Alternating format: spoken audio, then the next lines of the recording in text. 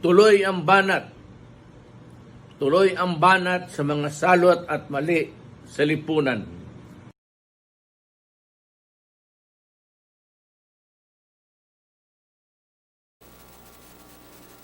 Do I take it that silence means yes? Let me move, Mr. Chair, to my next question. Who overturned the stop payment mechanism?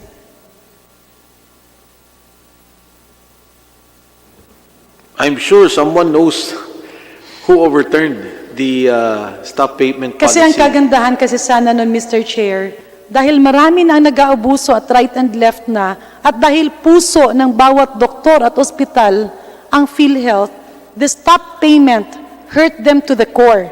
At marami ang lumapit at ang kanilang sinabi, okay, we're going to negotiate, we are going to stop fraudulent claims, we are going to align with the mandate of the Philippine Health Insurance, basta ipagpatuloy nyo na kami. And then nagkaroon ng mga settlement na kumbaga may fines, wala ng kaso, hindi na gagamitin yung mga abogado para pahirapan yung PhilHealth.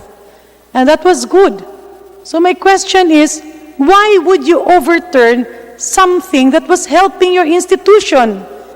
And now you start talking about reforms, about cleansing PhilHealth, pretending that you can implement universal health care? My God, that's next to impossible.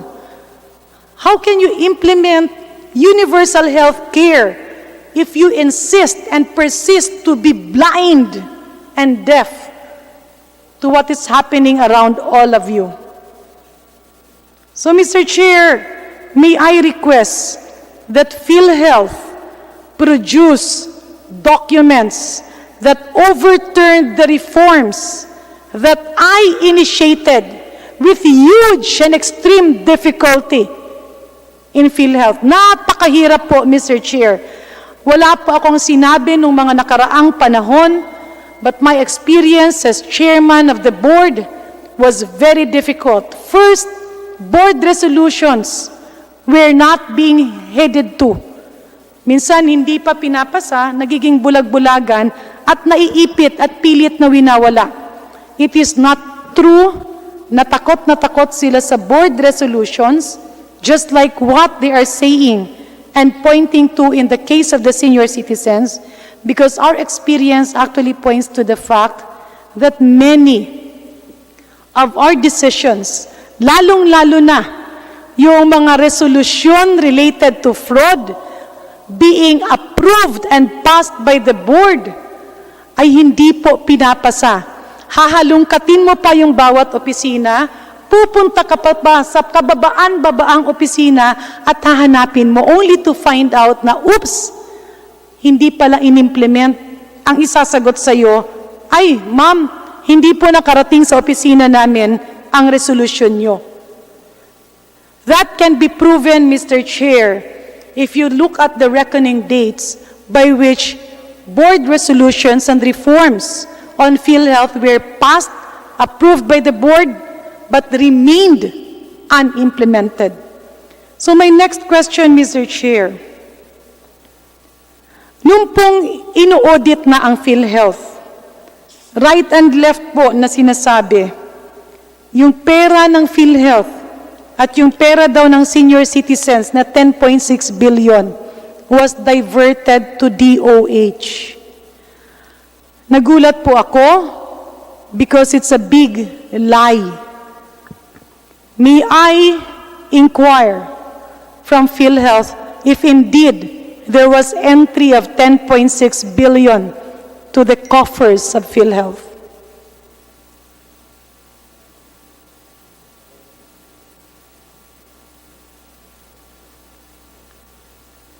Can somebody from the finance department of PhilHealth or somebody from the legal office answer the question? Mr. Lumisako, you can reply to that. Mr. Chair, Your Honor, good evening. Based on record of PhilHealth, Your Honor, wala ho kaming natanggap na sinasabi ni Congressman Garin na 10.6 billion, Your Honor. Mr. Chair, Kung wala naman pala kayong natanggap, why is it that some of you here who are present here now kept on pointing to a 10.6 billion fund that was diverted from Philhealth to DOH? Bakit pilit na gumagawa kayo ng mga kasinungalingan para pagtakpan ang mga pinaggagawa ng iilan? Honorable Garin, would you know in particular who came out with a statement on that? John Basa, I also saw Ish in many of the meetings in Senate and even here. And in fact, they had presentations to the board, explaining to the board na kaya walang pondo yung PhilHealth kasi dinivert daw sa DOH. Naniwala naman yung presidente during that time, si Dr. De La Serna, and their attention were diverted to issues that were actually non-existent. And that was why the real... I'm sorry, Dr. Vargas was quoted as saying that the 10.6... He was present in those meetings and during the times that the allegations, and I think he was the one who was always at the side of Dr. De La Serna. But it was Dr. De La Serna talking about it. The whole board was made to believe that it was inexistent, and during that time, I don't know, maybe like the people who were feeding the board wrong information ended up being promoted, Mr. Chair. Konsensya na po nila yun kung hindi nila aminin, kasi makikita nyo naman bakit yung iba dito ay nagkaroon ng mabilisan na promotion. And now some of them are senior vice presidents. Anyway, Mr. Chair, I just brought that out in the open because that is how strong the real mafia is. Kaya nilang gumawa ng kwento, kaya nilang magkunyari na may perang pumasok, kaya nilang magsabing may mga legal na basihan maski wala, at kaya nilang mag-implement ng batas maski hindi pa batas. Simply Honorable Garin, said, quick interjection. Magkano ho yung pondo ninyo for media, for PR? We all have that. I was in housing, I had that. In the other agencies, I had that. Magkano po ang pondo ng PhilHealth sa media? For PR. Mr. Dimsiaco? Mr. Chair, Your Honor, sorry po, wala po akong figure dito. More or less. 300 million, 500 million, 1 billion? Mas maliit ata. Your Honor? Mr. Chair. Yes. Who is talking? May I This recognize? is Vice President Shirley Domingo. Yes, I'm handling the Corporate Affairs Group at the moment. Yes, VP Domingo, go ahead. Yes, sir. For this year, we have around 20 million for our budget for advertisements, prints. Around 20 million po for this year. 20 million. Yes, sir. Yun lang ho ang budget nyo for advertising? Yes, sir, for this year. Last year po, magkano po? I think it will be around. That, but the year before that was around 70+ million. That would be around 2 years ago. But this was brought down for several reasons. Therefore, it will be around 22 million last year and this year. Salamat po, Vice President. I'm sorry, sir. I haven't the exact amount now, but it will be around that. Okay po. Salamat po. Salamat po dun. Okay, Congressman Garin. Mr. Chair, when Dr. Ish Pargas was the spokesperson, maybe he would know how much the budget was allocated for ads. Di ba, meron ka pong TV program? You had a TV program before, you had ads and campaign. Magkano po ba yun?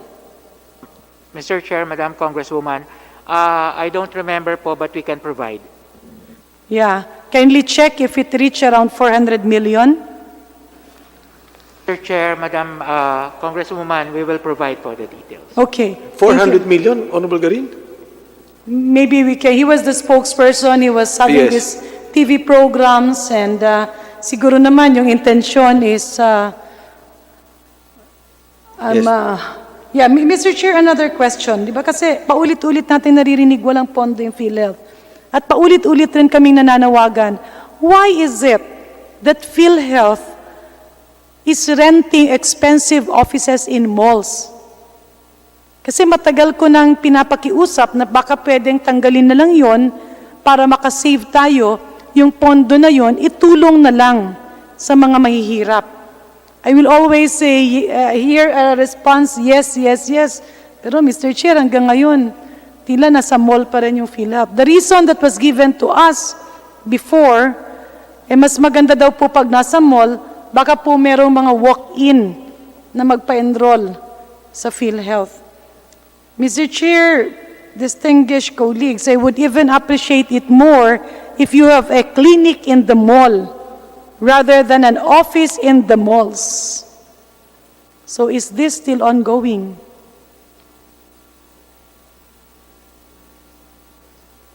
Please answer.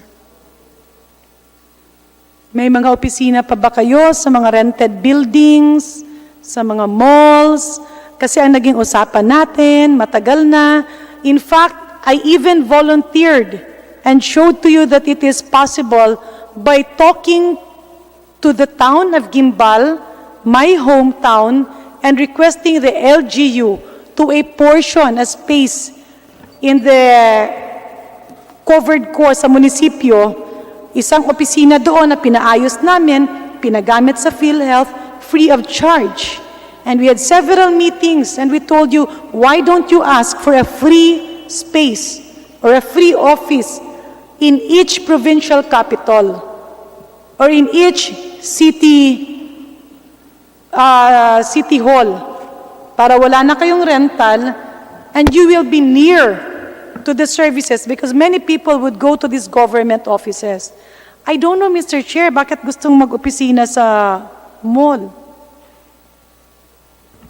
Honorable Garin, can we go to the last question? Would there be a reply to Honorable Garin, yung opisina sa malls? Go ahead, VP Dennis Mas, sir. Dennis Mas. Nung na-assign ako sa Philhealth Region 6, nag-open ho kami doon, ma'am, ng office doon sa town of Gimbal. So, na-establish yung office na yon. So, hanggang ngayon, ay parang service desk siya. Yung May bayad po ba yun or wala?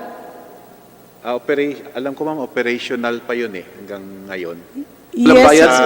Sa likod ng, ano ba yun, parang gymnasium yun. Yeah. Malapit. Mr. Chair, my question to Dr. Dennis Mas, may rental ba yun or wala? Nung araw, ma'am, parang rental ni Mayor Christine. Yun yung pagkaalala ko. Meron or wala? Parang meron, ma'am. Pagkakaalam ko kasi wala. Sige. Check ko lang kasi medyo matagal na 2011 o 2012 pa.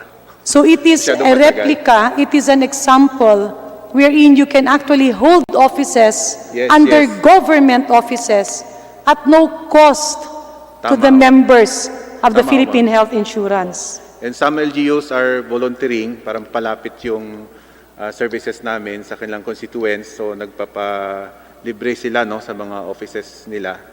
Nandoon yung PhilHealth, yung dinadala na lang natin yung computers sa tao. Kasi gusto rin nila yun, especially sa mga one-stop shop.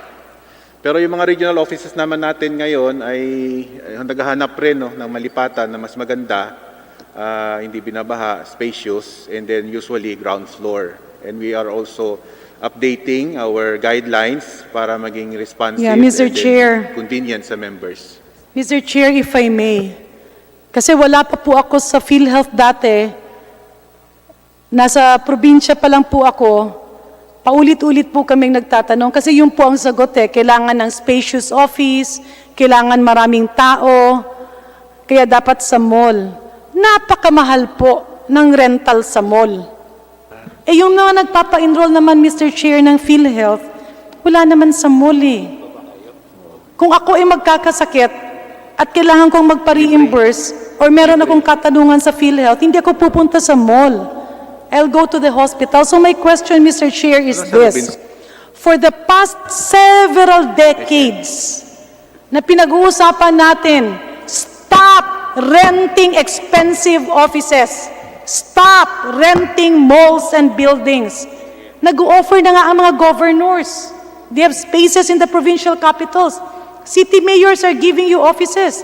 You can share the office of the DOH regional offices. You can also hold office in the LG. Bakit kailangan magbayad sa mall? So my question is this, can you now commit under oath that all these offices will be terminated? Kasi sabi niyo, okay ma'am, next year. Honorable Garin, maybe what we should do is ask the board as a matter of policy na gawin po nila yan so that this will be followed by the executive officers. Yes, Mr. Mas. Sir, some info, no? Kahit dito man ako na-assign before sa NCR, ang Robinson talaga nag-offer ng free space sa PhilHealth. Ang tawag dito, Lingkod Pinoy. Libre ho yun lahat. Dito sa NCR, dyan sa Taguig, binigyan tayo ng SM. Dito sa SM, yung doon sa Aura, dito rin sa SM North. Mga libre ho yun. Pero totoo yun, may mga LGUs talaga na nag-offer doon sa... So Mr. Chair, libre lahat ng pwesto sa malls? Ma'am. Walang bayad kuryente, walang bayad tubig? Except kung ganon kalaki talaga ng Region 6, napakalaki talaga ng regional office na yun eh. Pero kung mga ano lang... Sir, sorry ha, clarify ko lang. Yung Region 6, libre rin yun? may bayad yun talaga ma'am kasi napakalaki may bayad talaga yun. Napakalaki na talaga So minsan yun may bayad, minsan walang bayad. Or pwedeng libre yung maliit na pwesto, pero may bayad yung malaking pwesto. Yung maliliit ma'am nasa malls, libre yun talaga. Pero kung regional offices talaga ng mga 2,000 square meters, mga 3,000, hindi na kaya. May bayad Mr. talaga Chair, yun. At saka dinadaan just to sa clarify, public I'm meeting. not referring to promotional booths. Bumabalik po kasi tayo, sir eh. Ang nangyayari kasi, pagka may problema, either hindi natin tinatanggap na may problema or naghahanap tayo ng palusot. Kasi sinasabi nyo ngayon, libre siya. These are promotional booths. Yung nandudong ka sa gitna ng mall or meron kang pwesto doon or sa hallway and you promote PhilHealth. Sinong gustong magpa-enroll? Yun po ang libre. Pero yung mga malalaking opisina, may bayad yun. It's in your budget. Ang point ni Honorable Garin po, hindi po yung promotional booth nga, kundi yung opisina talaga. At any rate, Honorable Garin, maybe we can ask the board na kasama natin ngayon, na gawin na nila yung policy so that the executive can also follow. At wag na po magkaroon ng maging problema tong, because it's a very good suggestion na magamit talaga natin yung mga public offices for that. So if we may have the commitment of the board to assist us on this as part of our cost-saving measure for PhilHealth. Yes, ma'am. On my part, Mr. Chairman, naisip ko lang yung advantage of being in the mall. Kasi ngayon ko lang din naman narinig yan, being new in the board. Pero hindi kaya, gusto ko lang munang tignan the advantage of going to the mall. Kasi maraming tao dun sa mall. Kaya iniisip ko, it is accessible to people. Kaya baka yun ang reason. Yeah. Okay, ma'am. At saka hindi rin lang, kung malayong office, hindi pupuntahan ng tao yon. Okay, Pero ma'am. kung sa mall doon, even churches now, they go to the mall. Ma'am, Yeah, let's do this. Mr. Chair. Parang Ganito yun po. lang yung nakikita ko lang I'm sorry. Yes, madam. This is not the venue to debate on this. Pero yung point po ni Honorable Garin, pag-aralan po natin yan because ang intent natin is bawasan yung cost ng ating ng Mr. PhilHealth. Chair. So maybe if you can look at this as a policy because you are Yeah. part of the board. Honorable Garin? Yeah, Mr. Chair, if I may. Ma'am, tama po kayo na yung mall maganda siya kasi maraming tao. But we're talking about PhilHealth here. Yung transaction po ng PhilHealth, online yon. Kapag ikay empleyado, kinakaltasan yung sahod mo, nire-remit ng iyong employer papunta sa PhilHealth through the bank. Am I right? Pagka naman yung PhilHealth magbabayad, online naman, pinapadala naman dun sa account ng ospital or sa account ng mga clinics or doctors. In other words, the foot traffic, while it is high in malls, is not conducive for PhilHealth kasi wala naman talagang walk-in na nagpapa-enroll sa PhilHealth. Napakakonti. Yung mga nagpapa-enroll ng PhilHealth, either employee ka or grupo kayo, and if you look at the pros and cons, vis-a-vis the rental, walang pumupunta ng PhilHealth na magpa-reimburse ng gastusin. Honorable You Garin. do it in the hospital. Ma'am, Honorable Garin, I don't think this is the time to debate on the rental policy of PhilHealth. You would have your own time in the board to discuss that. And Honorable Garin, may I remind you of the time? Maybe we can go to the last question. Thank you, Mr. Chair. My last question is this. Paulit-ulit po kasi, nung inaudit ang PhilHealth, paulit-ulit pong rason ng ginawa na ninakawan ko raw ng 10.6 billion ang PhilHealth at nilipat sa DOH.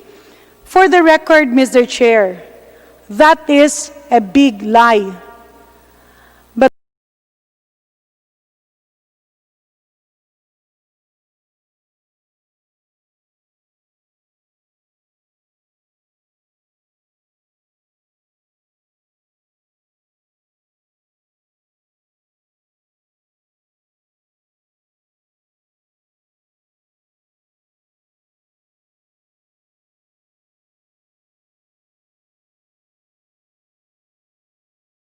But during that time. Because the officers of PhilHealth told me na uubos ang pondo dahil hindi sila binabayaran ng DBM. So I went to DBM, very proud, asking for the payment. Nagagalit na nga ako, sabi ko, bayaran nyo yung PhilHealth. To my surprise, on the third meeting, para po akong binuhusan ng boiling water. Nanliit po ako at nahiya ako sa sarili ko. Because DBM told me front, Ma'am, pwede ka naming makausap, wala kang mga kasama dito sa maliit na kwarto. And they showed me, gustuhin man naming bayaran yung sinasabing 10 points, malaki po yun I think 30 billion. Itong mga iba, hindi ito totoong miyembro. At ito yung pinapabayaran ng miyembro para i-justify yung 10.6 billion because it's there as a program fund. Laking gulat ko nung makita ko that the list of members there are existing members. Ibig sabihin, miyembro na, ginawa pa ulit na miyembro. Binago-bago lang yung mga pangalan. This is the worst thing. They carve out the names of the dependents of PhilHealth members. Ibig sabihin, kung si Congressman Mike Defensor, meron siyang akasawa, Mrs. Danica Fernandez, example lang po yan. Ay hindi, Defensor mag-asawa pala, dapat parang apelyido, sorry. So, yung mag-asawa, meron yung mga anak. At yung mga anak, miyembro ng PhilHealth kasi anak nila. Kinuha yung mga pangalan ng mga anak o kinuha yung mga pangalan ng mga asawa at nire-enroll. Ano po ang direksyon nun? Gusto lang kunin ang pera sa DBM, but there will be no new enrollments, no new members, because they just want to get the money para pagtakpan yung mga nawawalang pera sa PhilHealth. Honorable Garin. And lastly, Mr. Chair, I would very much like to initiate, again, reforms in PhilHealth. So if the honorable officers of PhilHealth here can bring out all the reforms we did, put it back, do not deceive the members of the board, do not deceive the PhilHealth president. Dahil paulit-ulit po ito na nangyayari. This is worse than a pandemic because the pandemic comes every 100 years. Sa inyo, every time may bagong na-appoint, dinideceive nyo. Mr. Chair, I had two very important proposals to cleanse PhilHealth. And almost all of you here are aware of that. First, individual enrollment. Pagkapanganak, miyembro. Pag namatay, tanggal sa lista. Meron naman tayong National Statistic Authority eh. Pwedeng mas mababa ang premium. That's why we incorporated that in the 2017 proposed budget. I was the one who defended the Philhealth budget for 2017. Kaya yan lumaki because computed doon individual membership. When I left, they pretended it was forgotten. Kasi ang totoo lang, there is a study in Philhealth, marami yung hindi enrolled. Kasi kapag ikaw ay minor at naging sobra ka na at 21 years old, natatanggal ka na dun sa membership ng magulang mo. Pagka ako ay member dahil dependent ako ng asawa ko, nawalan ng trabaho yung asawa ko, wala na rin akong membership. So let's do it individual para mawala yung mga pangalan dyan na hindi totoong tao. Or mga totoong tao pero ginawan ng pangalan 2 beses, 3 beses, 5 beses. Next, you have to outsource your legal office and your finance department should be independently seen. IT, yes, it has been always a problem, but most of it is intentional. When we tried to automate Philhealth, kaliwat kanan na bugbog ang suntok ang natanggap ko. Bottom line is this. Since 2001, I was not yet in Congress. I stood up and fought against cataract fraud, citing the collusion between Philippine Postal Office and some officers of PhilHealth. Nagkaroon ng Seacrest report. It is a Bible indicating how fraud is being done. Unfortunately, all of the copies are missing up to this point of time. That study was commissioned by DOH in the early 2000s. Nagkaroon ng reforms noong 2004, nawala ulit, binalik yung reforms ng 2006, nawala ulit, binalik ng reforms ng 2014 and 15, nawala ulit. It will always be a repeated cycle. Talking about universal healthcare law, Mr. Chair, napakaganda ng batas na ito. But that will lead us to nowhere. If the people who has been continuously deceiving the minds of those who does not understand health financing, wala tayong mapupuntahan. Kaya ang tanong ko, Dr. Ish, you have been in PhilHealth for 21 years. We have a curfew. Yes, Mr. Chair. Did you ever do cash advance refund for Yolanda? Kasi yan ang palagi niyong reason.